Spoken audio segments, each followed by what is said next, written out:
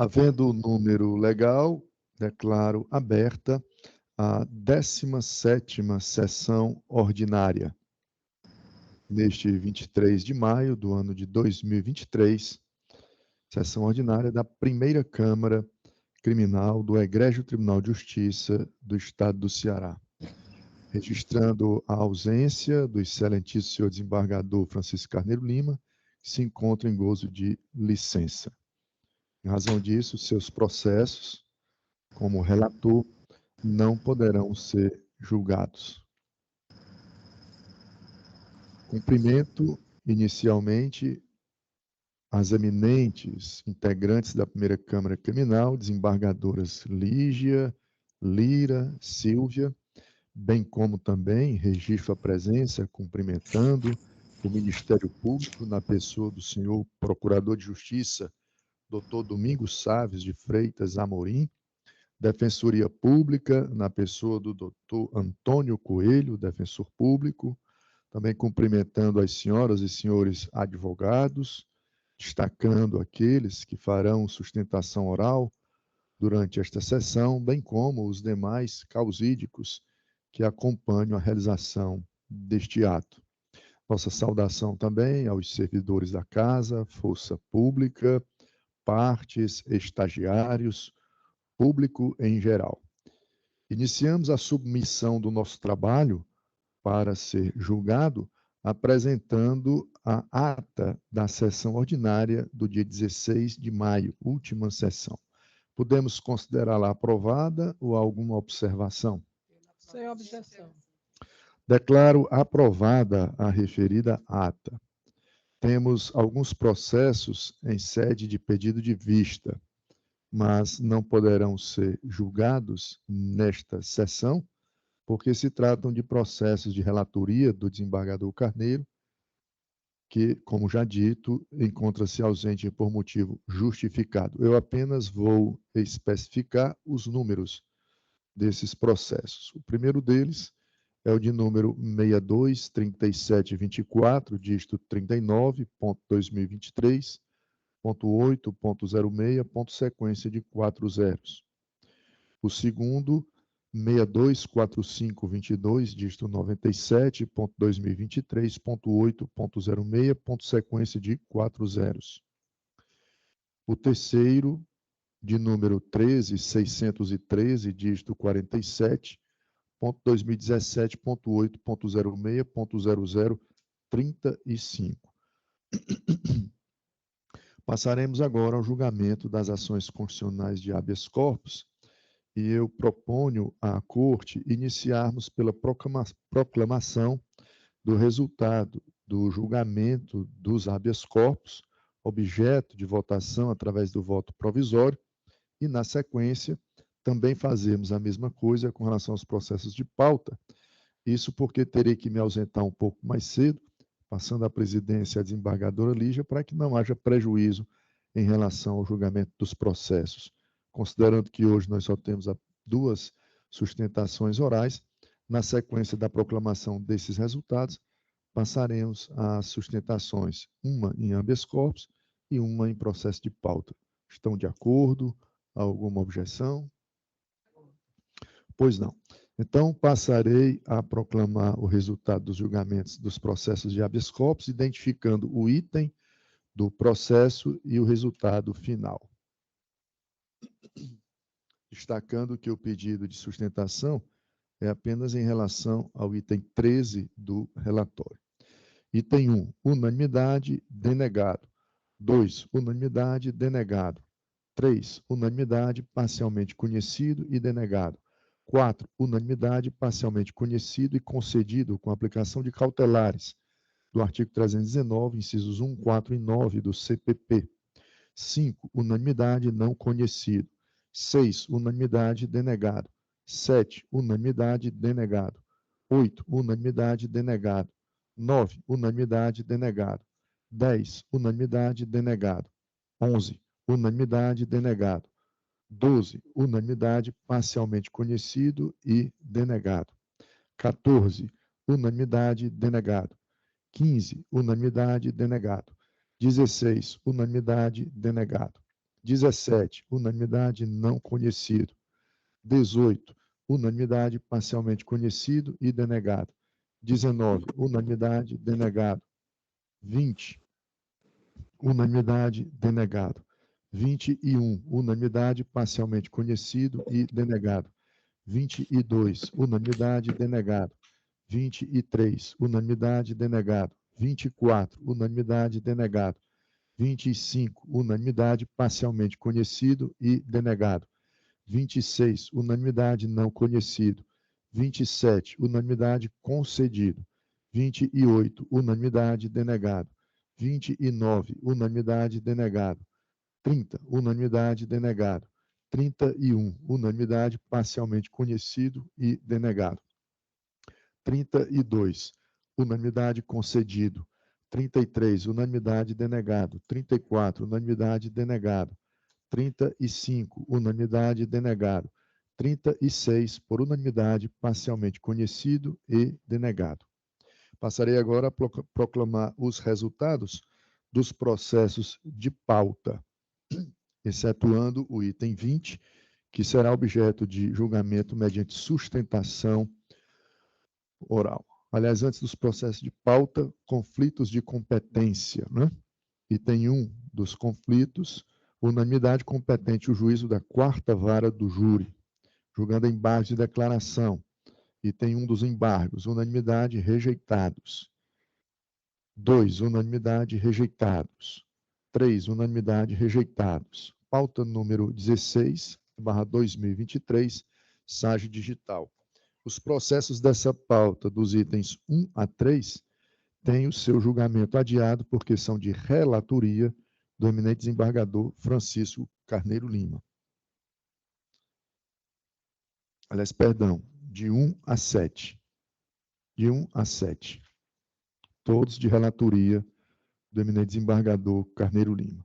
Entramos agora na pauta de número 17/2023, SAGE Digital. Item 8. Unanimidade provido o recurso de Carlos Antônio Ferreira de Abreu. Parcialmente provido os recursos de Renata dos Santos Nascimento e Antônio Carlos Ferreira de Abreu. 9. Unanimidade improvido. 10. Unanimidade provido. 11. Unanimidade improvido. 12. Unanimidade improvido. 13. Unanimidade parcialmente provido. 14. A eminente desembargadora Lígia, relatora, votou pelo improvimento do apelo. A desembargadora Lira acompanhou e, segundo o nosso registro, falta o voto da desembargadora Silvia. Item 14. Acompanhou? Já votado, portanto, pela desembargadora Silvia, por unanimidade improvido o apelo. 15, unanimidade improvido. 16, unanimidade improvido, porém de ofício, retificada a pena medial nos termos do voto da relatora. 17, unanimidade parcialmente provido. 18, unanimidade improvido. 19, unanimidade parcialmente provido. 20, será julgado ainda com sustentação oral. 21, por unanimidade parcialmente provido. 22, unanimidade improvido. 23, unanimidade parcialmente conhecido e improvido. 24, unanimidade provido. 25, unanimidade improvidos, os apelos. 26, unanimidade não conhecido o apelo e declarada declinando-se a competência para uma das câmaras de direito privado deste egrégio Tribunal de Justiça, nos termos do voto da relatora. 27, unanimidade parcialmente conhecido e improvido. 28, unanimidade improvido. Os processos dos itens 29 a 34 têm o seu julgamento adiado, porque são de relatoria do eminente desembargador Francisco Carneiro Lima, o qual está ausente por motivo justificado. Chegamos ao julgamento do item 35, apelo do item 35, por unanimidade improvido. 36, unanimidade improvido. 37, unanimidade improvido. 38, unanimidade improvido. 39, unanimidade, conhecido o recurso interposto por Joelson Andrade dos Santos para dar-lhe provimento, e conhecido o recurso interposto por Wilker Carlos de Freitas para negar-lhe provimento, reformada a sanção de ofício. 40, unanimidade, parcialmente provido, sendo esses os processos submetidos a julgamento na presente sessão. Passaremos agora ao julgamento dos feitos objeto de pedido de sustentação oral. Como disse no início, são apenas dois. E o primeiro deles refere-se ao habeas corpus que repousa no item 13 do roteiro. Item 13.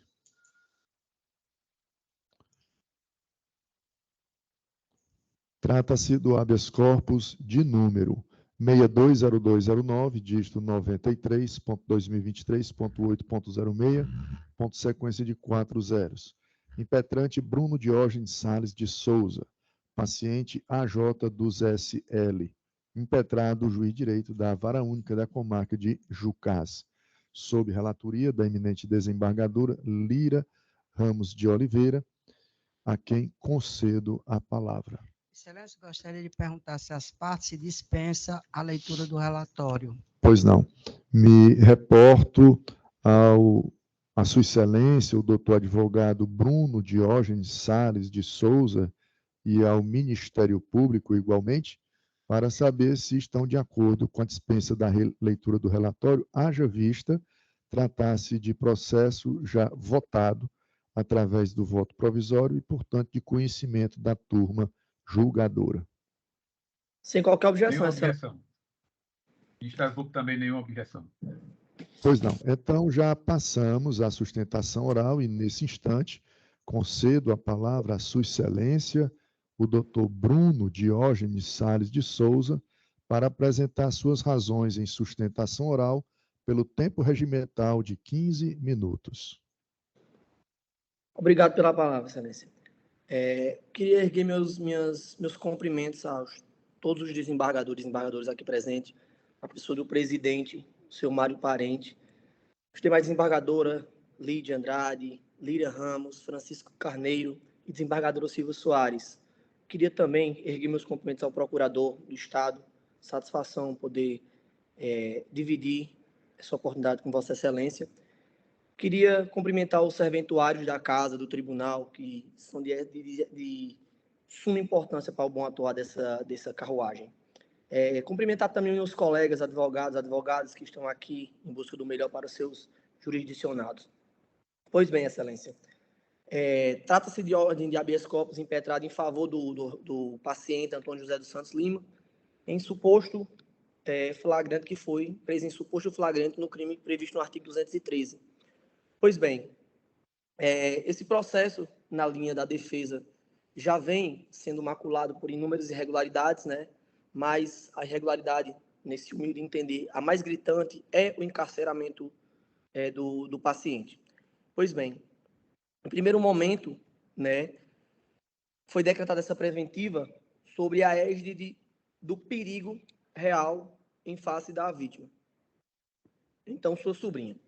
O primeiro ponto em que essa defesa se debruça é a necessidade, nos termos do artigo 8.2, parágrafo 6º do CPP, de ser fundamentada concretamente e dada a sua natureza excepcional da prisão preventiva.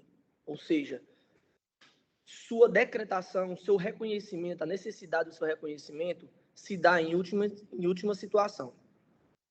E se dá quando presente um cálculo processual, se é assim que eu posso me referir, a acumulação de dois requisitos principais, periculo libertatis e fumus comissio delicti, que, resumidamente falando, ou uma tradução ao nosso vernáculo, seria o fumaça do bom cometimento do delito ou indícios mínimos de autoria e o perigo de sua liberdade. Aqui a defesa, muito embora há de concordar que não há necessidade de adentrar, aprofundar no mérito, mas em vista dessa possibilidade e dessa adoção de um quesito mínimo de indiciatório de autoria, é necessário, portanto, a gente se debruçar, mesmo que de forma rasa, sobre o mérito da questão. E na superveniência da tramitação desse habeas corpus, excelências, já sustentada pela defesa inicialmente que não havia o cometimento desse delito, adveio nas folhas 77 a 87, laudo pericial proveniente do Estado, onde atestou inequivocamente que não havia elementos constitutivos de um ato delituoso ora apurado. Então, por si só, até pela natureza preliminar do requisito, fomos commission delicti, e já esvairia a necessidade da preventiva. No entanto, até pelo amor ao debate e garantir que vossas excelências, no seu grau de instrução máximo, possam seguramente cessar esse constrangimento, o segundo requisito, que é o período de sua liberdade, baseou-se, até em determinado momento, exclusivamente pela comunhão de residência entre o paciente e a suposta vítima. Todo o tempo, na ação penal, dentro da ação penal, ergo vênias ao juízo coator, mas ouso discordar completamente, sobretudo pela decisão que fundamentou a excepcionalidade da prisão preventiva, né? Pautou-se em 3 linhas. Pautou-se exatamente em 3 linhas. Incontestado, inconformado, essa defesa buscou o juízo, explicações, no sentido de relaxar essa prisão. Em outra decisão, no incidente processual, manteve a sustentação da necessidade sob garantia da ordem pública e da instrução criminal. Se vossas excelências me permitirem, em 2 parágrafos eu queria ler essa decisão, até para que eu possa mensurar a gravidade e a ausência de subsunção total dessa situação fática aos elementos constitutivos da cautelar máxima. Em folhas 31 do incidente processual, excelência, o douto magistrado assim asseverou. Ademais, considerando o perigo concreto da liberdade do flagrado, a situação fática evidencia o risco à ordem pública e à instrução processual oferecida pela eventual concessão da liberdade e pela própria segurança da vítima, que não deixa de correr perigo simplesmente pelo fato de ter mudado desta urbe, conforme o acusado. Observo que, havendo temor da vítima em relação ao que pode ser feito pelo acusado, fica demonstrado que a sua colocação em liberdade pode trazer perigo àquela, bem como influenciará a produção de provas que virão a ser produzidas, devendo ser resguardada a espontaneidade destas. Se vossas excelências observar, são conjecturas, são ilações. Pode, talvez. E essa situação se modificou na superveniência desse right, na tramitação desse right, se modificou porque a justificativa era a comunhão de residência entre o paciente e a vítima. A denunciante, ora tia da vítima, procurou essa defesa para dizer: a vítima não mora mais nessa cidade, a vítima mora a 3.000 quilômetros de distância, em Vitória do Espírito Santo. Munido de declaração juridicamente válida, essa defesa sustentou: não há um motivo. O motivo, a superveniência de um motivo altera a circunstância fática dessa preventiva. No entanto, foi sustentado ainda que havia necessidade do acautelamento. Reitero, excelência, a excepcionalidade dessa cautelar.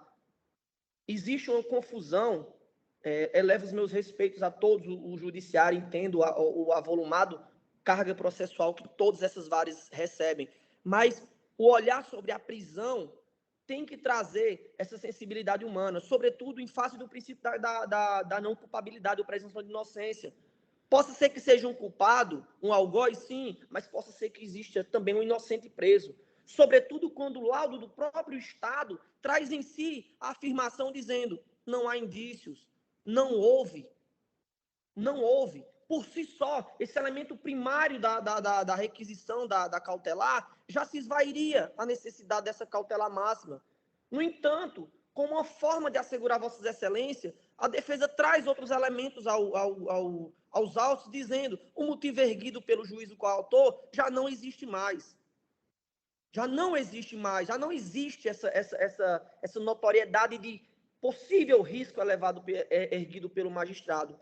No outro vértice, a sua natureza excepcional da preventiva, ela há uma razão de existir. Há uma razão de existir porque existem inúmeros outros mecanismos que podem, de alguma maneira, inibir o temor que o magistrado coautor eleva, mas sem restringir a liberdade do paciente, que é pessoa idônea, sem qualquer antecedentes, trabalhadora, e que traz para si uma responsabilidade que, como será provado na ação penal, nesse momento não é oportuno trazer, sua inocência.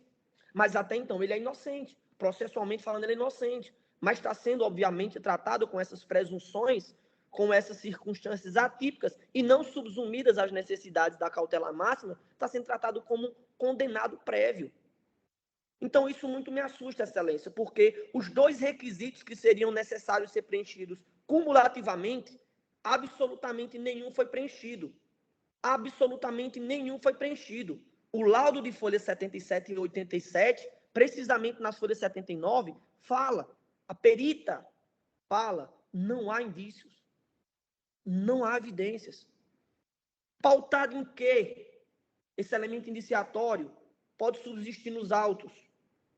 Não há necessidade, obviamente, de adentrar no segundo elemento, sendo esse primeiro elemento desconstituído. No entanto, já também o segundo elemento, que era a comunhão de residência, também para de existir, que essa senhora, essa moça, está morando a 3.000 quilômetros de distância. A Lei 8.340 implementa medidas asseguratórias dessa violência doméstica, dessa pseudo-violência doméstica, com medida de afastamento do lar, tornozelamento eletrônico, botão do pânico, afastamento dos contatos. Nenhuma dessas características do 319 e do artigo 21 da Lei 11.340 foram averiguados. Resumiu-se ao cautelar uma pessoa por 6 meses, baseado em 3 linhas. Isso, um tanto, me assusta, Excelências.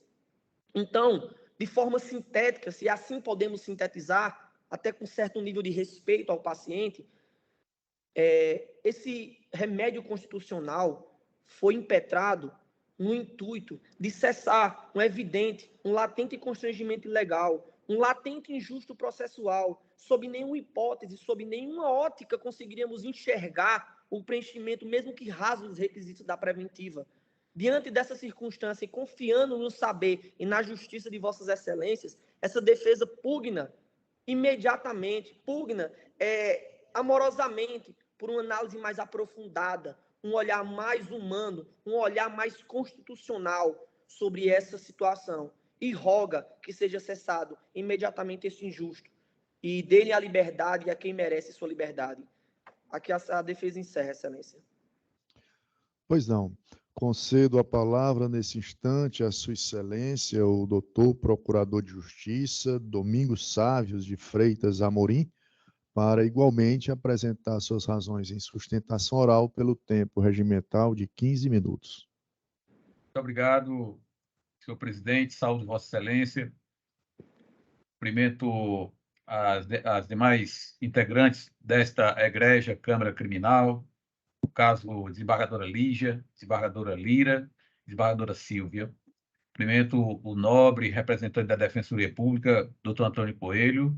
Saúdo a coordenadora desta primeira Câmara Criminal. Cumprimento ao doutor Bruno Diógenes, que brilhantemente fez uma sustentação. Cumprimento a todos os advogados e advogadas e a assistência, de um modo geral, que prestigiam este momento. Indo direto ao fato trazido pelo nobre causídico em prol do paciente, verifica-se tratar-se de um crime grave, estupro contra a sobrinha, praticado pelo paciente, uma acusação que impera nesse sentido, onde ataca a defesa o decreto prisional, diga-se de passagem, muito bem fundamentado, uma decisão robusta, incontestável, de modo que a necessidade da garantia da ordem pública e a instrução criminal que devem ser asseguradas, haja vista o fato da proximidade do paciente com a vítima e familiares, a possibilidade da interferência na produção da prova, foram motivos tão bem demonstrados pelo julgador de primeiro grau. Razão pela qual o Ministério Público posiciona-se no sentido de que seja mantido o parecer acostado aos autos e, consequentemente, seja denegada a ordem, ora em debate. Pois não. Devolvo a palavra à eminente relatora, desembargadora Lira Ramos de Oliveira. Excelência, que Vossa Excelência perguntasse às partes se aceitam a leitura da emenda. Alguma objeção quanto à leitura da proposta de emenda, considerando-se que trata-se de processo objeto da votação através do voto provisório? Nenhuma objeção, Excelência. Sem objeção, Excelência. Com a palavra, a eminente relatora. Direito penal e processual penal, habeas corpus, estupro qualificado, artigo 213, parágrafo 1º do Código Penal. Autoridade coautora que homologou a prisão em flagrante do paciente e converteu em preventiva. Alegação de constrangimento ilegal por falta de fundamentação, inocorrência.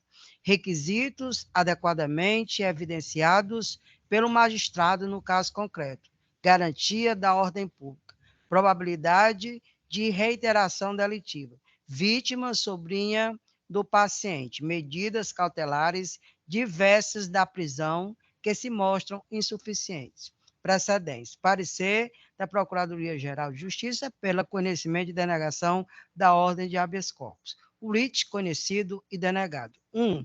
Cuida-se de habeas corpus com pedido liminar impetrado por BDS-DS em favor de AJ dos SL contra ato praticado pelo JDV da VU da CDJ, que converteu a prisão em flagrante do paciente em preventiva pela suposta prática do crime previsto no artigo 213, parágrafo 1º, estupro qualificado do Código Penal Brasileiro.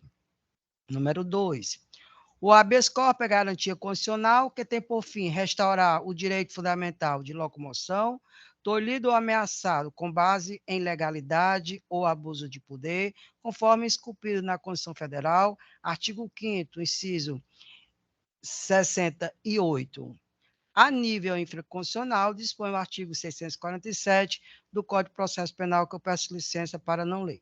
Número 3, em caso, verifica-se que o magistrado de piso fundamentou a decisão, destacando a gravidade em concreto do caso, bem como a presença de fortes indícios de materialidade e autoria, além do risco de reiteração delitiva a partir do contexto em que se verificou o delito, restando devidamente fundamentada a prisão preventiva para fins da garantia da ordem pública, consoante elementos oriundos do flagrante evidenciado nos autos. 4.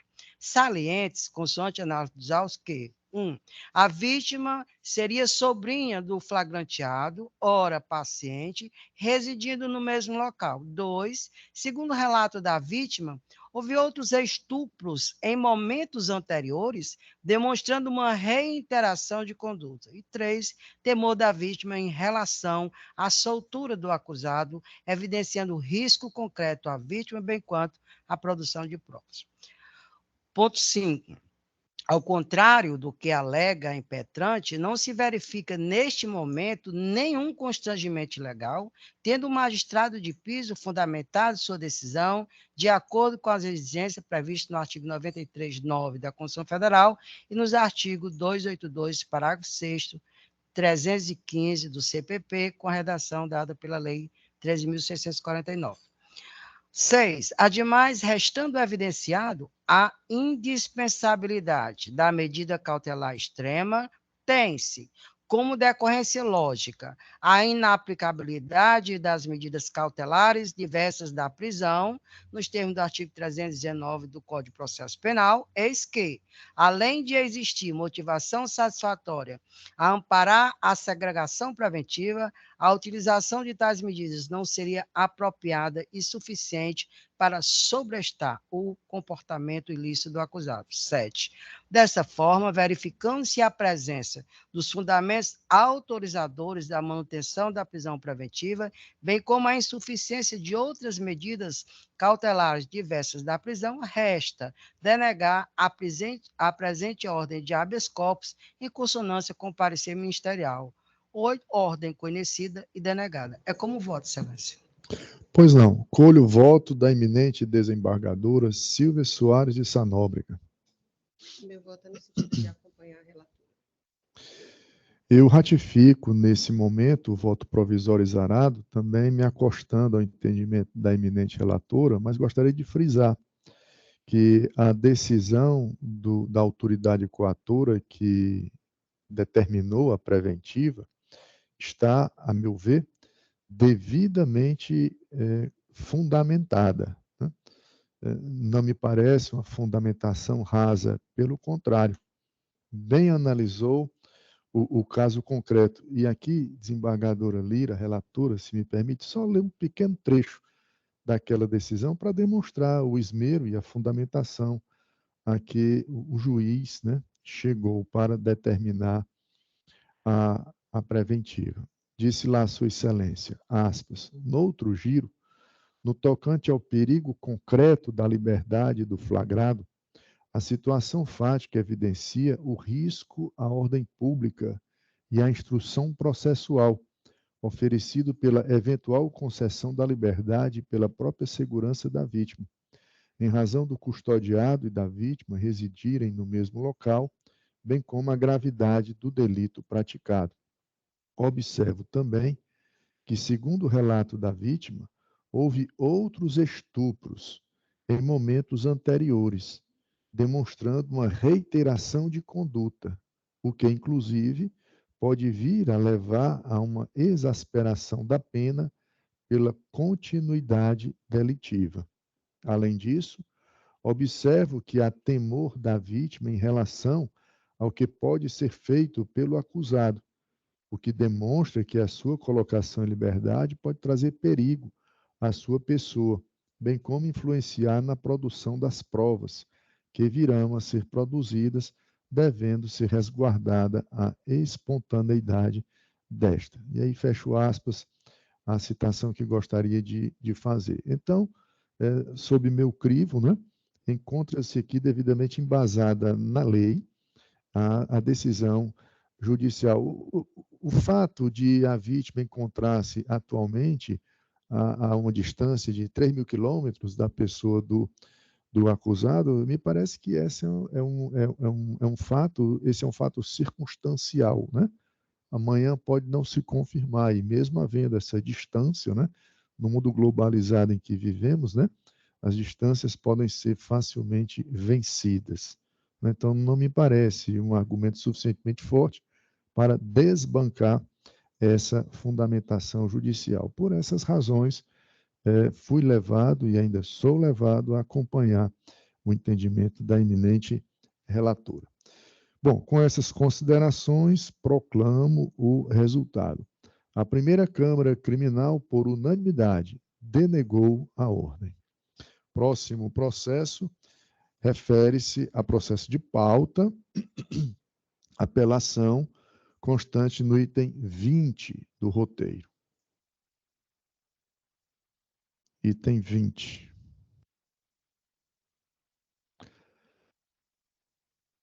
Trata-se da apelação de número 62962 disto 29.2017.8.06.0064. A apelantes Jailson Xavier da Silva e outros, apelado Ministério Público, sob relatoria da eminente desembargadora Lígia Andrade de Alencar Magalhães, a quem concedo a palavra. Eu gostaria de saber se as partes dispensam o relatório. Dago a Sua Excelência o doutor Alexandre Lima da Silva, bem como também ao Ministério Público, para saber se há alguma objeção quanto à dispensa do relatório. O Ministério Público dispensa, Excelência. Sem objeção, Excelência. Ok. Assim sendo, então, já de pronto, concedo a palavra à Sua Excelência, o doutor Alexandre Lima da Silva, para apresentar suas razões em sustentação oral pelo tempo regimental de 15 minutos. Muito obrigado. Inicialmente, saudações a todos os presentes. Aqui eu faço na pessoa do presidente desta Igreja Câmara, doutor Mário Parente, a doutora Lígia Andrade, a doutora Silvia a doutora Lira Ramos, meu conhecido procurador de justiça, doutor Sávio Amorim, excelências. O presente processo ele se esteia num único ponto, em que a defesa tentará ser o mais breve possível, né? Foi um crime que aconteceu na data de 29 de julho de 2017, onde os meus constituintes, Jailson Xavier da Silva, Cícero Bruno Marques Monteiro, Antônio Flávio Silva Oliveira e Francisco Kleber Lima Oliveira, foram presos num suposto flagrante, né? Na ocasião, eles estavam portando no carro, né, 4 armas, sendo destas 3 revólveres e 1 pistola. Houve todo um desenrolar, toda uma instrução, e na data do júri, né, um dia antes, o promotor de justiça pediu o adiamento, sustentando que até aquela data ainda não teria sido produzido pela Aperforce o exame de comparação balística. Ora, se nós temos armas apreendidas, se do corpo do falecido foram retirados projéteis, é de suma importância tanto para a defesa como para a acusação que tal exame tivesse sido realizado, o que não aconteceu e não por culpa da defesa. Pois bem, ante a ausência de tal comparação balística, os mesmos foram a júri no dia seguinte e foram condenados.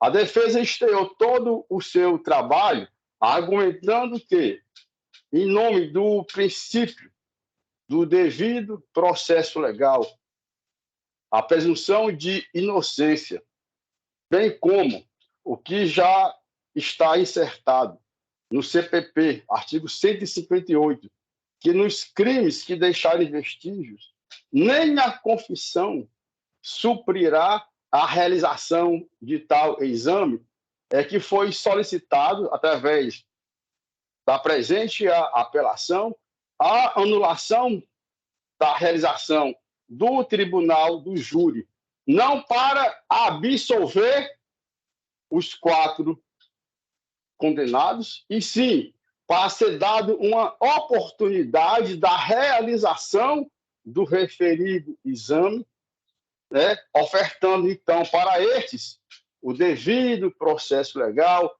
né, como se hoje se fala no Estado brasileiro, que você não pode ser julgado e condenado sendo retirado do que é de mais importante numa democracia, que é a obediência às leis, né? É o que requer a defesa, Excelência. Muito obrigado.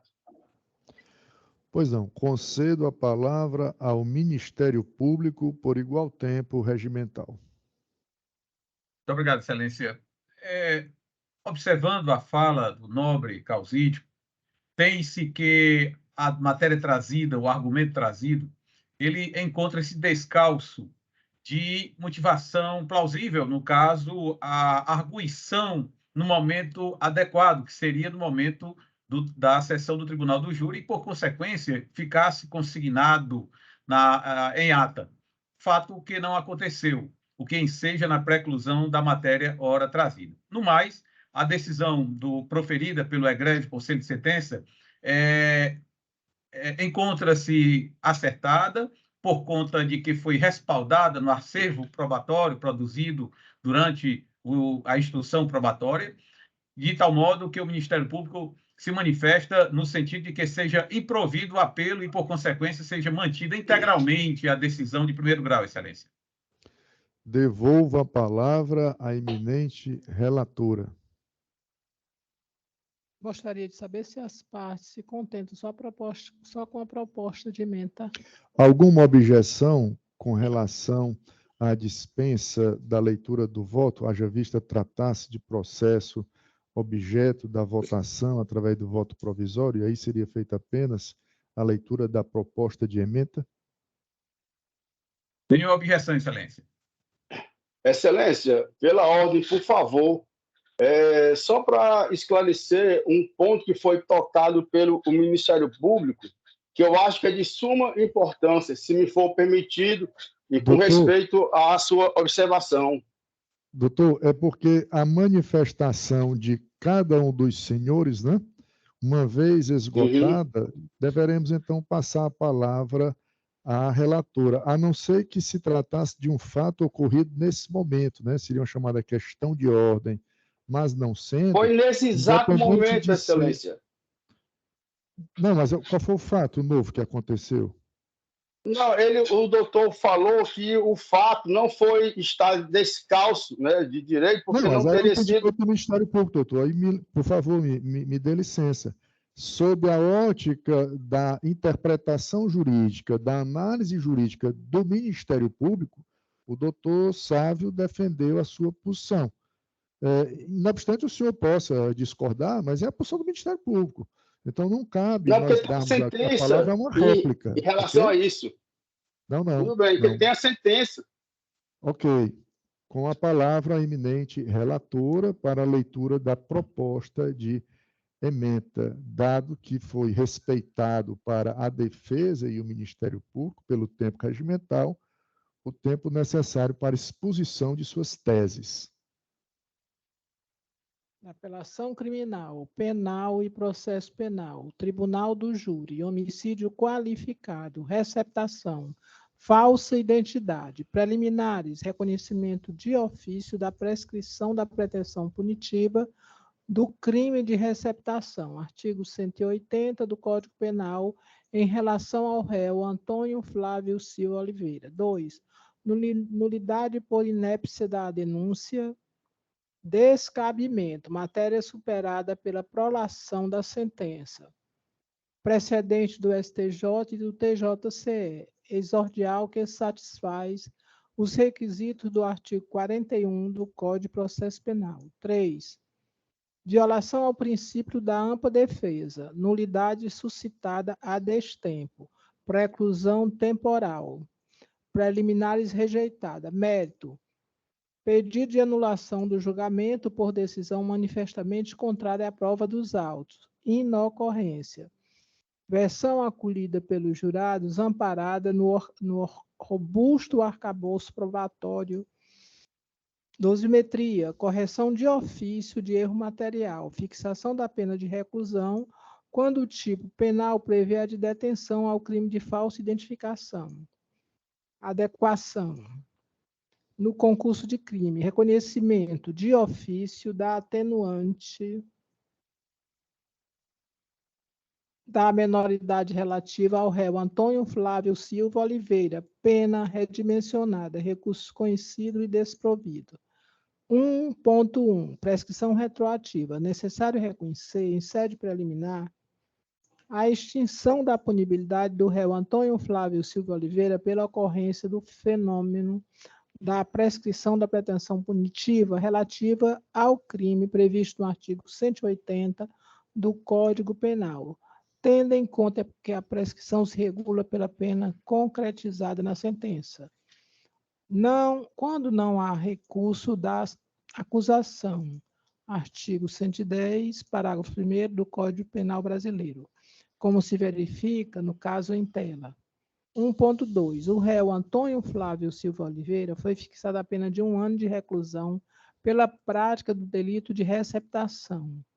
Artigo 180 do Código Penal, impondo-se o reconhecimento da prescrição no prazo de 4 anos, consoante artigo 109, inciso 5º do Código Penal. 1.3. Ocorre que na data do fato delitivo, 29/7/2017, o réu contava com 20 anos de idade, uma vez que nascido em 13/6/1997.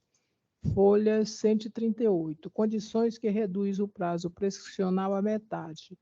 ATO do artigo 115 do Código Punitivo. Estabelecendo, no caso concreto, o prazo prescricional de 2 anos.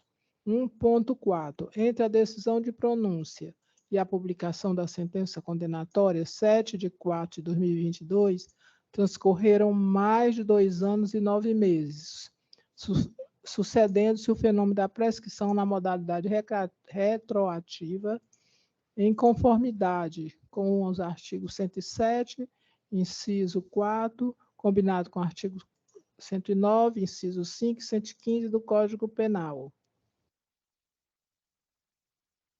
2.1. Inépcia da denúncia. Consolidado na jurisprudência do Superior Tribunal de Justiça, entendimento de que, após a prolação da sentença condenatória, restam superados os argumentos relativos à suposta inépcia da denúncia e carência de justa causa, operando a preclusão da matéria. Ademais, da simples leitura da exordial, percebe-se que a peça ministerial atende aos requisitos do artigo 41 do Código de Processo Penal, preliminar rejeitada. 3.1. Violação ao princípio da ampla defesa. Nos momentos em que teve para se pronunciar acerca do laudo, o causídico não demonstrou qualquer resignação, silenciando acerca da nulidade oraventada e concordando, inclusive, com a realização da sessão, ainda que ausente o referido exame técnico das armas. Nessa perspectiva, a argumentação de nulidade encontra-se preclusa à luz do que dispõe o artigo 571, inciso 8º do CPP, porquanto não foram apresentadas neste momento oportuno. Em momento oportuno. Mérito 4.1. Em decorrência do princípio da soberania dos vereditos, a anulação do julgamento do Conselho de Sentença sob a alegação de manifesta contrariedade à prova dos autos, somente é possível quando estiver completamente divorciada dos elementos de convicção constante dos autos, o que não ocorre na espécie. 4.2. Os jurados podem acolher uma das teses apresentadas em plenário, em detrimento de outras, por lhes parecer que melhor encontra amparo na prova coligida, o que, por si só, não enseja anulação do julgamento por contrariedade à prova dos autos. 4.3. A despeito da tese de negativa de autoria sustentada pelos apelantes, a tese que ressai do conjunto probatório é aquela acolhida pelos jurados.